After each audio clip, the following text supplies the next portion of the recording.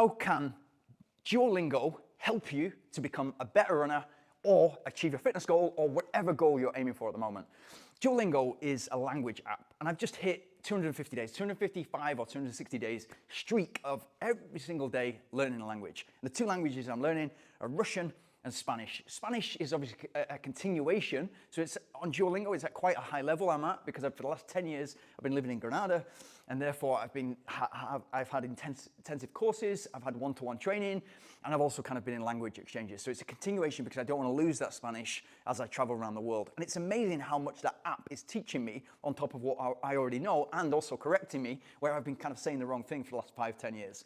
So it's great. The app is brilliant. If you know about it, brilliant, and you probably do because millions and millions of people, billions of people around the planet that are on this app. If you don't know about it, you get a notification and it'll say you have 2 hours before the end of the day. Do you want to keep your streak? Do you want to extend your streak by a day? So there's, first of all, there's that you want to not break the chain. And that's such an important thing, which we'll come back to in a second. And then what it'll do is it'll put you into the app at your level, and you'll be able to complete a series of 10 questions, and within sort of 1.5 to 4 minutes, you've completed that, so you've kept your streak.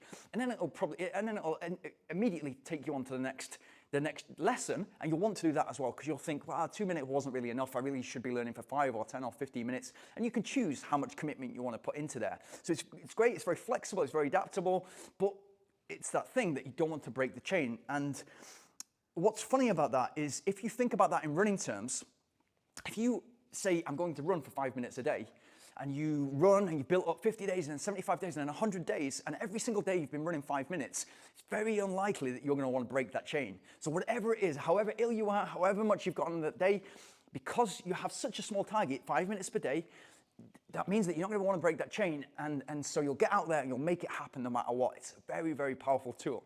There's a chapter in Atomic Habits, which is when Jerry Seinfeld, the comedian who co-wrote Seinfeld, he had a thing where it didn't matter about the quality of the jokes that he was writing. What mattered that he continued to write jokes every single day, and he would continue to write jokes, whether they were good or bad or great, it didn't matter. What mattered that the systems and processes were still in place.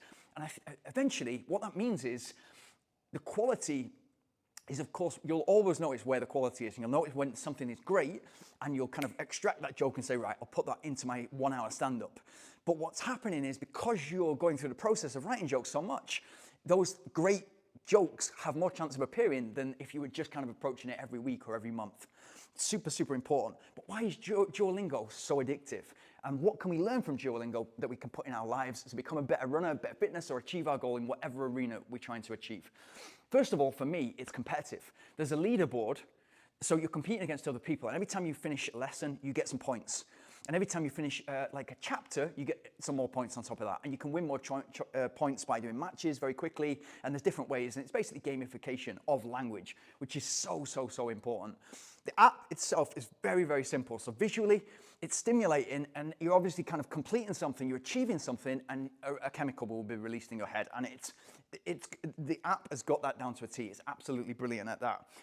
The fear of loss, of breaking the chain, of losing your streak and having to restart, I'm sure Duolingo have got this down. I'm sure they're not going to let you go to the start that easy. I'm sure they're going to give you chances.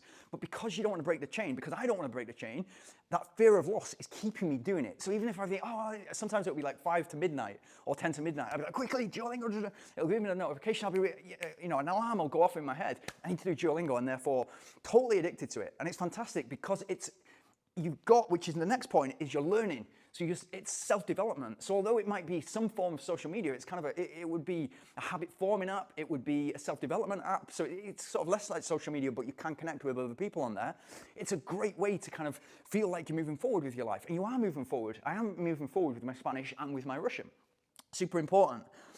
It's also very, very easy to complete a lesson.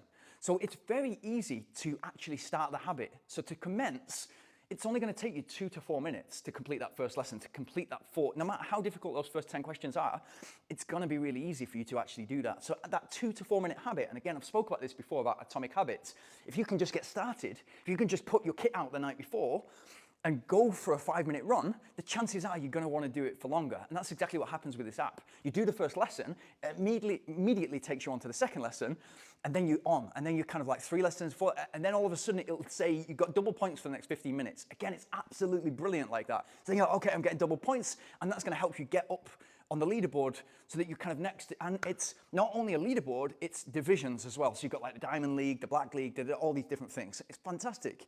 And the final point, because it's so visual and because it's so visually stimulating and because it's so simple, it's really appealing. It's very easy to use and you get it completely. And then off the back of that, you can learn maths, you can learn music, you can learn all sorts of different things. You can learn any language you want and you can start wherever you want. So you can start super simple, like a child, learning kind of like with a post-it note on an apple and learning that the word for an apple is apple. So it's super fantastic like that. So how can you use, why is Duolingo so addictive? Those are the answers. So how can we apply that into running or into fitness? I think the answer to that is getting started is actually where it's at. It's not a case of, okay, I've ran for 5 hours this week. The consistency of getting out there, of putting your kit on, getting into the habit, getting into the discipline, not the motivation. Because if you're relying on motivation every single morning, it's very, very difficult to be motivated 365 days of the year, or even 300 days of the year if you're running 5 times a week. It's very, very, very difficult. So if you're, rather than rely on motivation, that you're motivated, that you're well rested, that you're not stressed, that you've not got loads on that day, if you just know that that's happening because it's discipline, because it's in your schedule, it's much more likely to happen. And if you just get started, if you just trick, you don't need to trick yourself, but it's like a trick. It's like, I'm just gonna go out and run in 5 minutes. And that might be the worst possible day for you. If you get your kit on and you just go out and run for 5 minutes, or even walk for 5 minutes, just get out of the house and make it happen, you are somebody that on a daily basis, 7 days a week, that's happening. So there's no, oh, is it a running day today? Is it not a running day? Oh, I'm running Monday, Wednesdays, and Friday. It's not like that. It's like every single day, the kit's already laid out the night before. So 10 o'clock the night before you go to bed, the kit's already laid out. You're gonna get up in the morning, you're gonna drink water, and then you're gonna leave the house within 15, 30 minutes, and that's gonna be the start of your day. And whilst you're out on that run, guess what happens? You're problem solving in your head. You're thinking about the day ahead of you and how you can get the best out of yourself. You're putting yourself into a great frame of mind so that you're gonna be a better colleague to the people you work with. You're gonna be more productive. You're gonna be more creative. You're gonna be more resilient. You've already tackled something really tough. And to add to that, and this is the biggest thing with Duolingo or with you getting into running or you getting into fitness, you're trying to kind of improve your body shape. You're not gonna go for a run today and then be able to run a marathon tomorrow. That's not how it works. You're not gonna go to the gym today, and then tomorrow you're gonna have a six-pack. It doesn't work like that. We know that we need to keep depositing these things on a daily basis, on a monthly basis, on a yearly basis, in order to say that we're not running for a week, we're becoming a runner. And therefore, we have the chance in 3, 4, 5 months to run a marathon, but it's that delayed gratification that we're getting used to. It's exactly the same with Duolingo.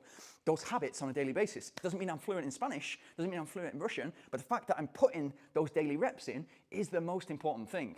That's what we can learn from that. And if you get anything from this, the best thing you can realize is that even if you get out there for 5 minutes, you're already winning. And the chances of you staying out there is much more likely. And the chances that you're working your way to becoming a runner, and that's your identity, is solid.